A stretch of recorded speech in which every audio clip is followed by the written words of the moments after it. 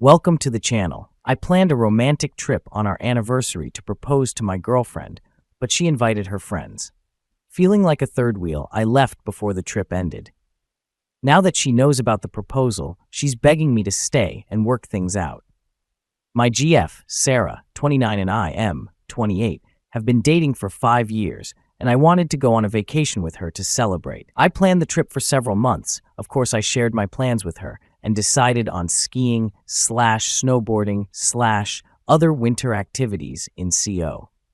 The activities seemed perfect, and I was looking forward to this for months because I wanted to propose to her at the end of the trip. 5 days before the trip, Sarah dropped the ball on me that she invited 2 of her friends to meet her there. I was upset because I wanted to spend one-to-one time with Sarah for our anniversary. I feel like it was plain and clear that this was a trip just for us. Even though I expressed my concerns, Sarah insisted that her friends already made plans to come and won't back out. I decided to accept this because there was no way for me to force her friends to not come. I wish I thought more on this. I figured we could make some changes to our plans and I would still be able to propose to her privately. Sarah essentially blew me off for her friends and we didn't get any private time. After 3 days of being in second place, I decided to leave the trip and head home. I told Sarah why I was leaving, and she was upset. She told her friends about my decision, and I was ganged up on. They said we were all having a great time. She thinks I'm being a jerk for making her pick between her friends and me, even though her friends weren't invited in the first place. I never had personal issues with her friends prior to this trip.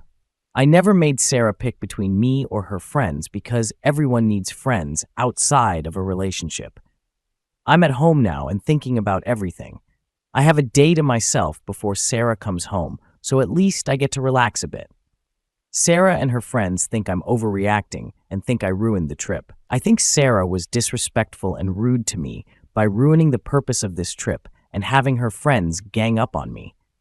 Am I wrong for leaving a vacation I planned for my GF after her friends came along? Edit. This was a planned anniversary/romantic trip. I was clear that we have plans for just us two. We've been on other anniversary trips together without her friends there. We did discuss marriage beforehand, so it's not like a proposal wouldn't been out of the blue. Minor update. My friends are here at the house and they have been running potential interference, just in case her friends try to bombard and harass me. They've been great, and I'm so glad to have them. Minor update too. None of Sarah's friends came by the house or harassed me yesterday/last night, which is good. Minor update. Sarah hasn't come home yet. I figured out what I want to say and have it written out. Relevant comments. Planned an anniversary trip for 2 where you were blown off for her friends. You were ignored and not having fun. Instead of acknowledging that what she did was wrong by inviting them and then ignoring you, they all ganged up on you, including your GF. The purpose for being there never happened, so why not go home? Might want to reconsider the proposal if she is this dismissive of your feelings, as well as clear directions. Are there any other instances like this? Her being dismissive of what you want and pushing her agenda forward. OP, I mentioned somewhere else that I was lying to myself for years. She has sometimes blown me off for her friends after we had plans. BF, by not standing in her way when she wanted to maintain her relationships with her friends. But there should have been more balance. I never demanded or expected her to always pick me over her friends because that's not healthy or normal. Comment, being a good BF also means taking care of yourself in the relationship so you are not used as a doormat. On top of that, I find it really odd that she needed to speak to her friends about you and her as a couple. What else does she tell her friends? OP, I don't know everything what she tells her friends. I'm hoping that she doesn't tell them everything because they don't need to know every detail about me/my secrets. Update from the bottom of my heart, thank you to everyone who sent me kind words and encouraging private messages. I decided that I wanted to end this entire relationship. I packed my important belongings, like passport, clothes, and arranged with my best friend to crash at his apartment until I can find my own. Usually, when small issues happen in a relationship, it ties into a bigger issue of that relationship. The main reason why I decided to break up is because I realized that her friends will always be closer to her than me. Sarah has favored her friends over me and blown off some of our plans for her friends more than once. I was lying to myself for years because I didn't want to face reality yet. I had hoped she would change, but this trip really opened my eyes that I will always be in third place to her. I expressed my feelings multiple times, and Sarah promised she would change, and she didn't. Sarah came home late yesterday.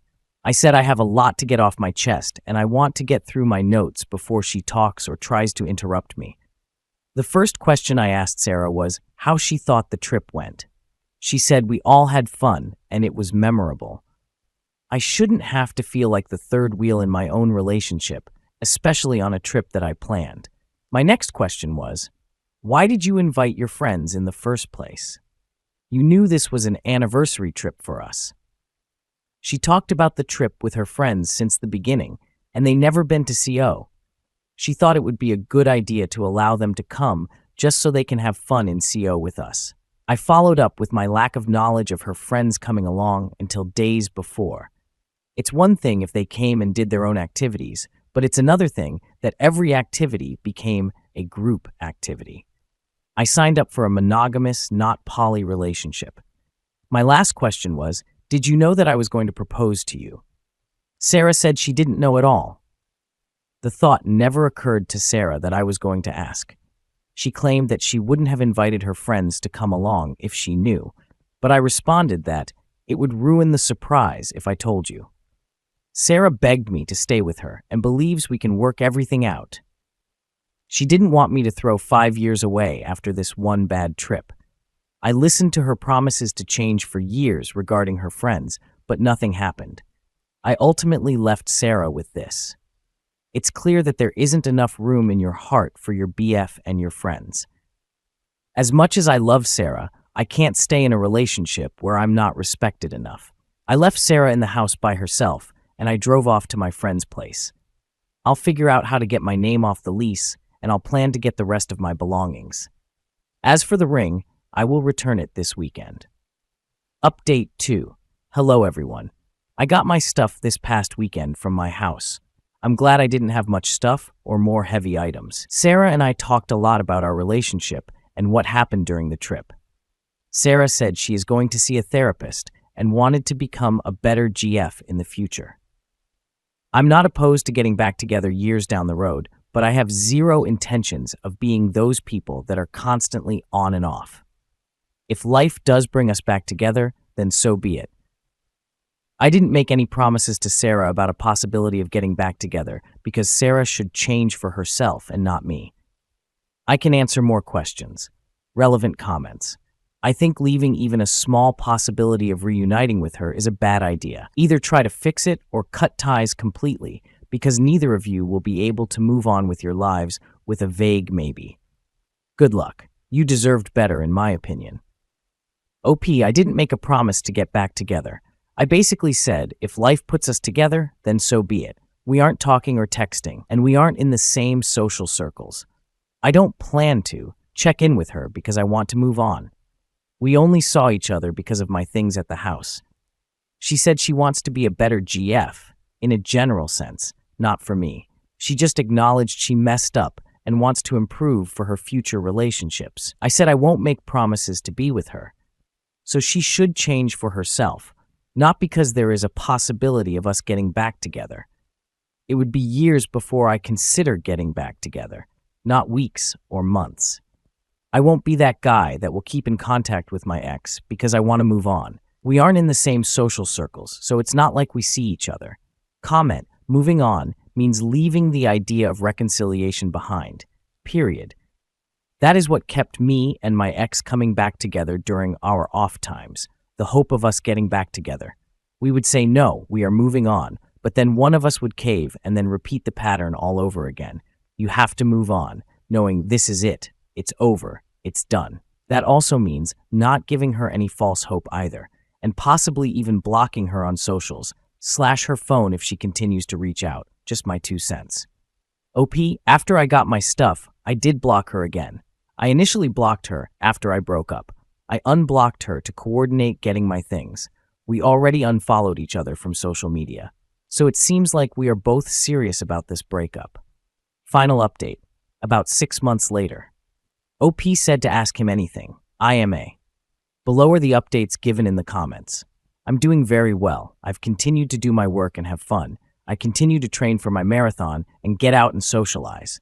I found an apartment, but I won't be able to move into it until May. My roommate/friend has been very supportive and nice to me. I want to give him money as a thank you gift for letting me live at his place, but he insists that I keep my money. Plus, I want to move out because my roommate wants to have his GF over more often, and I sometimes feel like I'm in the way. My life isn't as exciting as other people, but I still live each day. Her friends didn't reach out, but some of her family did. I broke the news to my family that we broke up. It's more than likely that she broke the news to her family and probably revealed that I wanted to propose. For both of our families, some people gave me condolences. Others were upset. I got off the lease officially. Sarah and I, had to meet with the landlord because both parties had to be in agreement. It was easier than I thought, so that was good.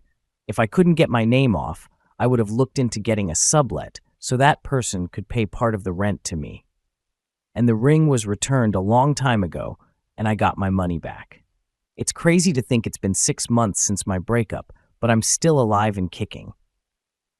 It's been a couple months since I've talked to my ex, and I do miss her, but I'm not as vulnerable and sad as I was earlier this year.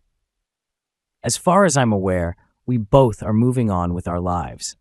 I'm in no rush to get into another relationship now, so we will see what happens. Thank you for watching this video.